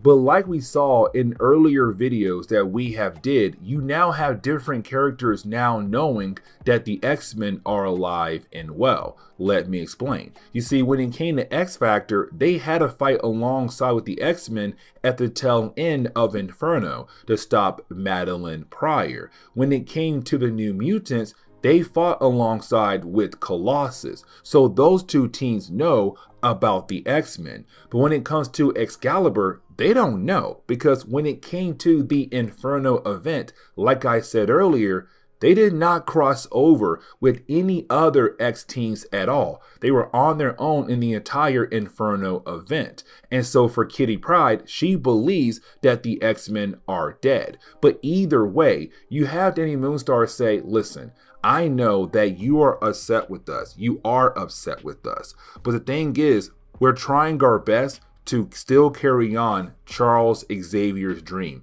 just like you are, just like many people are across the world. And right now, the mutants need to stand together because currently the mutant race is facing so many different problems all at once. We have to work together to protect each other. And Kitty Pryde realized that Danny Moonstar is right. And so you have Kitty Pryde say, I'm sorry for yelling at you guys. Please forgive me. And everything is now good again between her and the New Mutants. But now we shift our focus over to Captain Britain, and you have him flying around New York hoping to find Megan. But here's the problem. See, while flying around, he does see a young woman and her son about to be hit by a car, and so he goes out of his way to protect them from the car. But the problem is his powers are beginning to not work properly. Like, yes, he was able to stop the car, but he was hit by the car and it sent him flying into a nearby store. That should not be happening at all. He should be able to just stand there, take the hit, and walk off like it was nothing. But unfortunately, it didn't work like that. Now, because he was sent flying through a building, it did rip his clothes. And so, unfortunately, he has to borrow some clothes from a nearby store. Now, after getting those clothes, he wants to continue to find Megan. But like I said earlier, his powers are now beginning to not work properly, to the point where he can no longer fly. And so you do have a taxi driver offer to drive him around the city to help him find Megan. Now, when it comes to Megan, we see that she's still hanging out with the same girls we saw earlier who went out of their way to try to make her happy. Now, when it comes to Megan, yeah, she's happy. But here's the thing. When it comes to Megan, she has the ability to shapeshift. Now, the reason why I'm bringing that up because usually she can't control that power. But it seems right now that power has a mind of its own because she looks completely different. But she did not do that on purpose. Now, when it comes to her and the girls, they do begin to head towards a club. Now, when it comes to Megan, she does not want to go inside the club at all. Matter of fact, she is so scared because she is still thinking about the whole X-Men Inferno event, she has no idea what to do. But because of her fear of what could possibly happen, her powers once again go out of their way to change her appearance. And so now she looks completely different again. But after changing, she was confronted by another guy who could tell that she was kind of sad. But at the same time, this guy also is trying his best to get with Megan, to get some from Megan.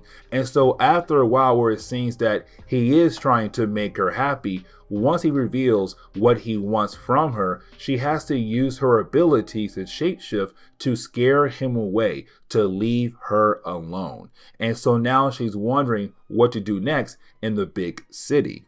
But now we have to shift our focus over to Jean Grey, who is currently taking care of Christopher, the son of Cyclops and Madeline Pryor. Now, when it comes to Jean Grey, she kind of feels like she is the mother to Christopher because Madeline was her clone, which means, yes, this could be her son in some kind of crazy way. But while you have Jean Grey going out of her way to take care of Christopher, on the outside of the base of X Factor, you have Rachel Summers there, just watching over Jean Grey and also Christopher. Now remember, when it comes to Rachel, her mind and his mind is connected. But on top of that, Jean Grey nor Cyclops know that Rachel Summers is their daughter. Matter of fact, Jean Grey still has not even met Rachel Summers by this point in Marvel Comics. But either way, you have Rachel very pleased to see that Jean Grey is okay, and so is Christopher. Now we're going to jump back over to Megan as a way to wrap up our coverage over Excalibur number 8. Now, when it comes to Megan, we do see her go to a nearby basketball court to watch a bunch of guys play basketball. Now, one of the guys do get injured, and she decided to jump in for that guy to keep the game going. But right after she did that, you had Brian driving by and seeing her. Now, Brian tries his best to fly over the crowd to get to her, but like I said earlier, when it comes to Brian, Captain Britain, his powers are not working properly, but he still was able to somewhat fly over the crowd. Now, while doing that, Megan saw him, ran towards him, and kissed him, and you have both characters get back inside the taxi. Now, once inside the taxi, you have both characters tell each other that their powers are not working properly. But the big question is, why? Why are their powers not working? We saw Rachel, her power worked fine. We saw Nightcrawler, same thing too, and even Kitty Pryde as well. But the thing is, we are not given an answer in this particular chapter. That means down the road in later videos,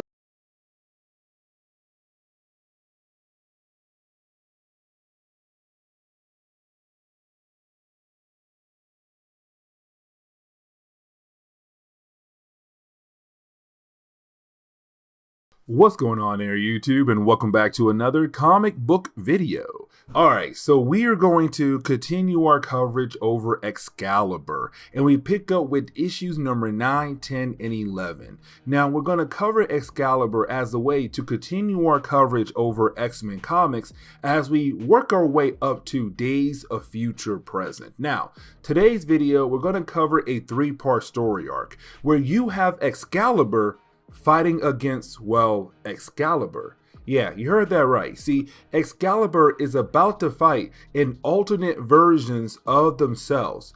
We are about to meet the Lightning Force.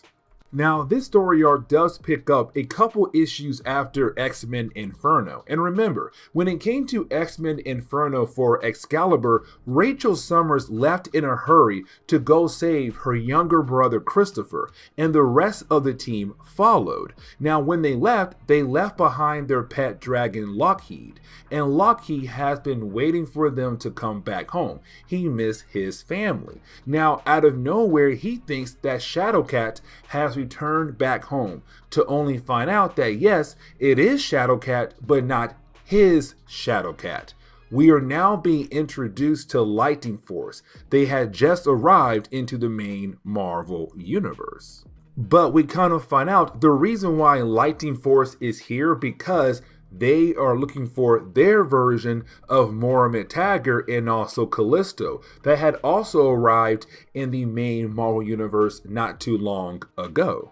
Now we do pick up with the actual Excalibur team, who are currently still in New York. Matter of fact, they're at the old school of Charles Xavier, using the Danger Room as a way to test out Captain Britain and also Megan. Because remember, in our last video, when it came to Captain Britain, his powers are slowly going away. They're fading away. When it comes to Megan, she no longer has the ability to control her powers. And so when it comes to Kitty, she wants to know what in the world is exactly going on when it comes to their abilities. Now, after a few tests has been run, we kind of find out that Captain Britain's powers are technically just fading away, but so is his life. So sooner or later, his life and his powers will go away completely. And when it comes to Megan, her control over her ability is getting worse, to the point where if anybody stands near her, well, she will actually copy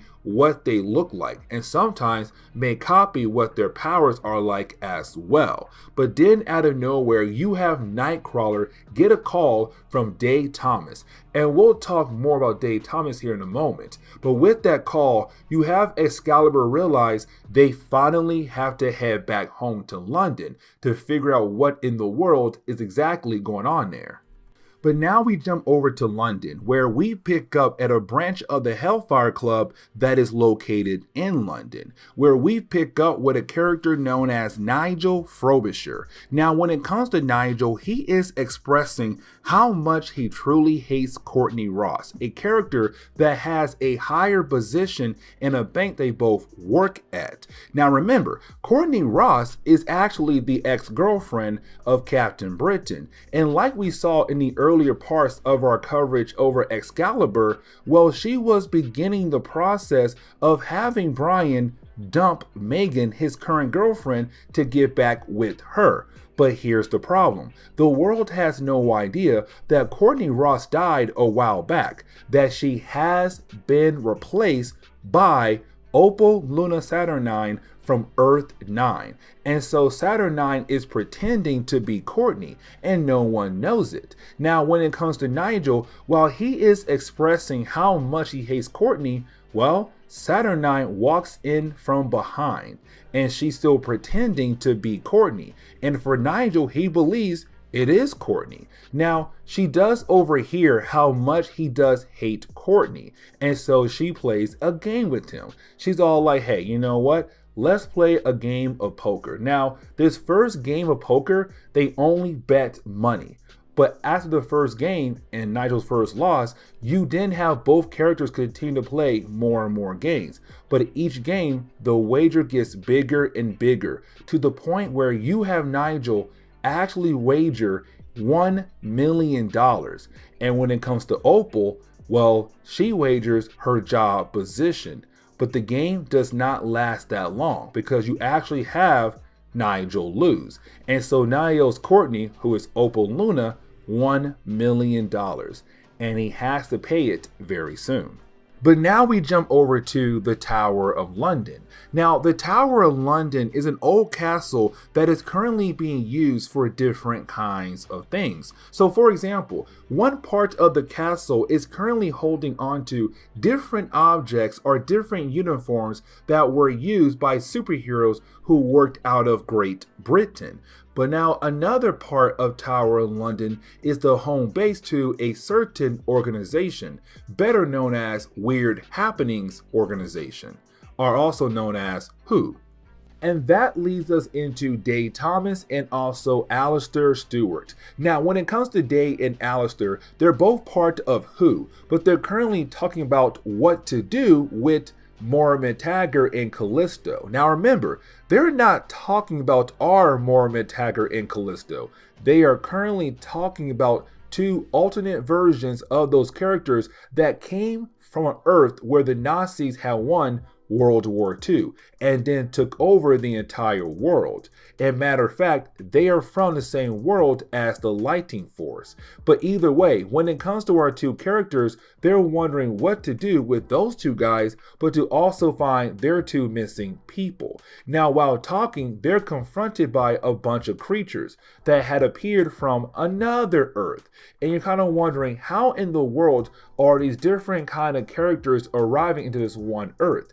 Well, it's all thanks to one character, and his name, or its name, is Widget. Now, we still have no idea what Widget is, but Widget has the ability to open up portals that will allow people to travel to other Earths in other universes. And so these creatures are from another universe, just like the Mormon Tagger and also Callisto in the lower part of Tower of London. Now, when it comes to Day and Alistair, they're kind of wondering what to do with those creatures. But then out of nowhere, they're confronted by Captain Britain, except this is not Captain Britain. This is the leader of Lightning Force that goes by a completely different name. And his name is Hupman England. Now, I really hope I pronounced that first part correctly, but when it comes to Hupman, he's right now pretending being our Captain Britain, who had came here supposedly to aid Who with all their problems, except he's not really there to help them. He's there to attack them, to hopefully free both their Mormon Tagger and Callisto from Who's prison. And so he begins to attack Day and also Alistair. Now, luckily for our characters, Excalibur had arrived just in time. But unfortunately, Captain Britain and Megan can't go in because their powers are not working properly. And so it's only Kitty Pryde, Rachel Summers, and also Nightcrawler being able to go up against Lightning Force. And unfortunately, they get defeated very easily, to the point where now it's up to Captain Britain and also Megan to fight against Lightning Force. And really, Megan disappears. And so it comes down to just Captain Britain having to fight against Lightning Force on his own. But while you had our heroes losing, well, Callisto and also Mormon Tagger were able to break out of their prison cell. And matter of fact, they have a hostage, and that will be Sandy, who is the twin sister to Alistair. But either way, things are getting worse. But now, to end the first chapter for this storyline, it now comes down to Captain Britain fighting against his alternate version from a different universe, Hupman England. But when it comes to Captain Britain, he didn't bring his current uniform, and so he has to wear his old one. But the old one no longer fits because he has grown since the last time he wore it. And so that leads us into the second chapter, where we pick up with Captain Britain trying his best to fight up against Hupman England. Now, when it comes to Hupman, he has the edge over Captain Britain because he's at full strength.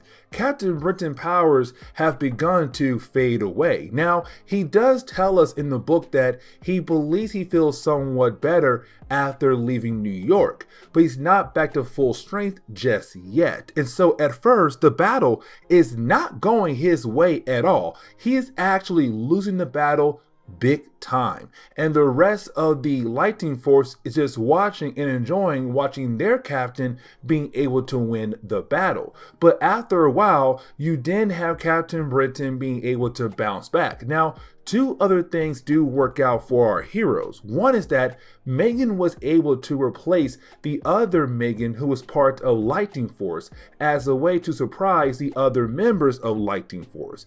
But then you also have the Phoenix return to help out the rest of Excalibur to be able to take down Lightning Force just like that. But now we have to shift our focus over to Kitty Pryde. Now, when it comes to Kitty, she was knocked out earlier in the earlier parts of the battle between Lightning Force and Excalibur, but now she's being waken up by Alistair. Now, as soon as she sees Alistair, she instantly falls in love with this guy. She wants to be with him so bad, and he does find her also somewhat attractive. Now, when it comes to our two characters, while they are talking to one another, well, here comes Widget. And you have Widget once again open up another portal that leads into another universe. Now, here's the thing. In this other world, the Amazons are still around. And you have an Amazon see Alistair and wants to grab him. Now, Kitty Pryde is able to phase him so that he will not get grabbed.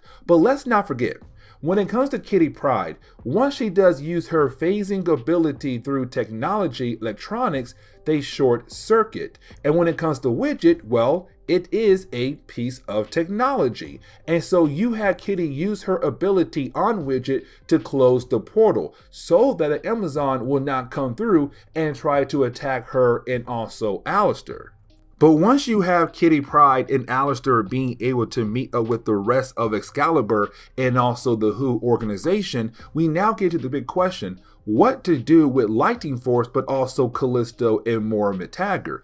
What to do with them? Like, can we try to send them back home? But at the same time, can we get our Moira McTaggart and Callisto back as well from their Earth? And also, how in the world did they get here? Now, while you have Kitty Pryde and Alistair walk in, Kitty sees her counterpart, the other Shadow Cat, but she feels bad for her counterpart. And the reason why, because her counterpart looks tired, exhausted. Seems like she just wants to stop and rest for once, or possibly just die. And this is where we learn a tad bit about her origin. Now remember, when it came to the Nazis, one of their big goals back in World War II was going after Jewish people, killing off the Jewish race. And so when it came to Kitty Pryde, she was also Jewish in this other universe. Except when she showed that she had power, they said, you know what? We could use you as a slave to help our team out when it comes to different kinds of situations. And so she's being dragged around on his team as a slave, not like an actual member of the team. And so because of that, our Kitty Pryde gets very upset and wants to attack the rest of the Lightning Force team. But you have Excalibur say, no, we can't attack them again. Right now, our goal is to find a way to send them home, but to also get our people back. So go outside and try to calm down. Now, she does go outside, but she's kind of like, no, it's not fair. They turned my counterpart into a slave.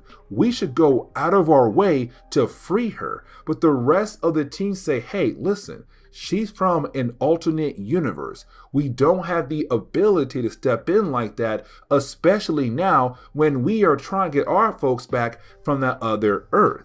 And so you have Rachel Summers take Kitty Pryde back home to the lighthouse. They're finally going back home to hopefully fix the place up, but to also check in on Lockheed. But on the way over there, they pass a certain tower, a tower that belongs to a certain bank. And that bank, current owner, is, well, it's not Courtney Ross, it's Opal Luna Saturnine, who's continuing to pretend to be Courtney Ross. And she's very intrigued in Rachel and Kitty and saying that sooner or later their powers are going to be hers. But getting into the final chapter for today's video, we do pick up with Nigel. Now remember, Nigel owes money to Opal Luna because she pretended to be Courtney Ross and she betted against Nigel and won. And he owes her $1 million. Now Nigel does not have that kind of money at all. And so he's kind of hoping that maybe he can talk to Courtney into working a better kind of deal. Now, he was supposed to meet with her at 9 o'clock, and because he saw Rachel Summers in the sky, he got distracted that now he is late for his meeting with the fake Courtney, and so he runs over to her office. But once he does arrive, she does express that she's very upset that he is late for their meeting. But now we jump back over to Kitty Pryde and also Rachel Summers. Now, when it comes to the two ladies, when they do arrive back home to the lighthouse, well, they're seeing how badly damaged the place is because of Rachel Summers. Because remember, when it came back to X-Men Inferno, the Excalibur chapters, when Rachel realized that her baby brother Christopher was in danger and she dipped out to go save him, well, she caused a lot of damage damage to the lighthouse, because around this time in Marvel Comics, she was the Phoenix. And so this is her saying, you know what? I have to learn how to control my abilities. Now, while saying that, they also see Magic Soul Sword stuck in a boulder right in front of the lighthouse. Now remember, when it comes to Magic Soul Sword, part of her soul is inside the actual sword, but on top of that, it has the ability to cancel out magical attacks. And when it came to Inferno, the Excalibur chapters, Kitty had to use the sword as a way to defeat an evil version of Megan to save the rest of Excalibur. Now the sword is actually stuck inside the boulder, and the only person who most likely is able to pull the sword out is Kitty Pryde, but she does not want to because it constantly reminds her of what happened to Magic back in X-Men Inferno. And so she goes into her room to have some alone time. But now we have to jump back over to Nigel, who is still talking to Oppo Luna, who he believes is actually Courtney Ross. Now, when it comes to their conversation, it's Nigel telling her, hey, I don't have the money to pay you. And she's kind of like, okay, you know what? Fine. If you can't pay me, then this is what you are going to do. You are going to work for me, like my own personal slave. Now we can see that Nigel is very intrigued to see where this could possibly go. And so he's very down in the idea of actually helping out Luna with her mission. Now, when it comes to Opal Luna, she also placed an earring on his ear to kind of show that he is under her control. Now, when it comes to Opal, she says, this is your task. I want you to find this character right here. Her name is Gate Crasher, and find the rest of her group, the TechNet. Now, we had talked about them in our previous video. They are bounty hunters, and so it seems she wants to use them possibly to go after Rachel Summers, Kitty Pryde, and also the rest of Excalibur. Now, a few days later, we do pick up with Alistair heading over to the lighthouse. Now, once he does arrive at the lighthouse, you have Alistair be confronted by Rachel Summers. Now, remember, earlier, Alistair was kind of feeling Kitty Pryde, and Kitty was feeling him back. But now, because he met Rachel, he is no longer thinking of Kitty. He's now only thinking about getting with Rachel. Now, the reason why he is there is to talk to Kitty about the whole widget thing. But right now, his mind is on Rachel, and Kitty can tell because they do walk into her room, and she can tell that his eyes is all over Rachel. But you do have the three characters go down to the kitchen to talk more about Widget, and while they walk away, we see that Widget is coming back online once again. Now, by the next morning, we see Alistair leaving the lighthouse. Now, while leaving, we see that Kitty Pryde is still very upset about the idea that Alistair no longer wants her, but now he wants Rachel. And so she's trying to find some kind of outfit to wear that could pull him back in. Matter of fact, she does even take some clothes of Rachel to see, hey, maybe her clothes can help me show that I'm a better choice. But then she realized that no, she hates the idea of using her opponent's clothes as a way to win.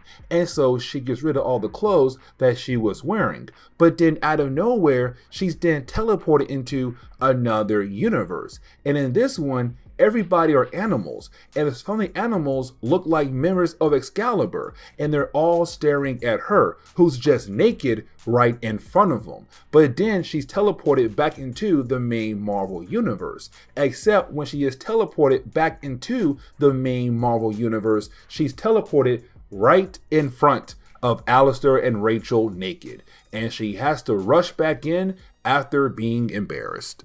Now we jump back over to the Tower of London, where you have Kitty Pryde and Rachel Summers meeting up with the rest of the Excalibur group to discuss what's going to happen with Lightning Force and also their version of Callisto and their version of Moira McTaggart. They're going to go back to their reality as a trade, as a way to get back our Moira McTaggart and our Callisto. Now here comes the problem though. Kitty Pryde is very worried about the idea of them trying to come back into the main Marvel universe and try to take over the world like they did in their world. But you have Captain Britain say, no, it's not possible. You see, when it comes to the main Marvel universe, they rely on magic and also science. But when it comes to that Earth over there, they rely solely on science, and that is it. And here's the thing. They had to use a lot of resources to send Lightning Force over here to their reality, the main Marvel universe. And now they're using a whole lot more resources to just open up a portal that will allow the trade to actually go through. And so when it comes to Captain Britain, he says no. Even if they try, they will use so much of the resources, it would end up with them losing the battle at the tail end of the war between our two Earths. But the story does wrap up with Moira McTaggart, the other one, the Nazi one, going against what she said in the agreement in the trade, where you actually have her throw a nuclear grenade at our heroes. Now, when it comes to Rachel Summers, she to take most of the blast, but while you have her trying to take most of the blast, well, that leads into Widget going crazy once again, using his abilities to teleport the entire team of Excalibur somewhere else, alongside with a train that came from the alternate Earth. And so we're left to wonder, what exactly happened to Excalibur? What universe have they been teleported to? But this is where we are going to end today's comic book video. So please leave me a like down below and subscribe. But guys, see y'all next time. Later.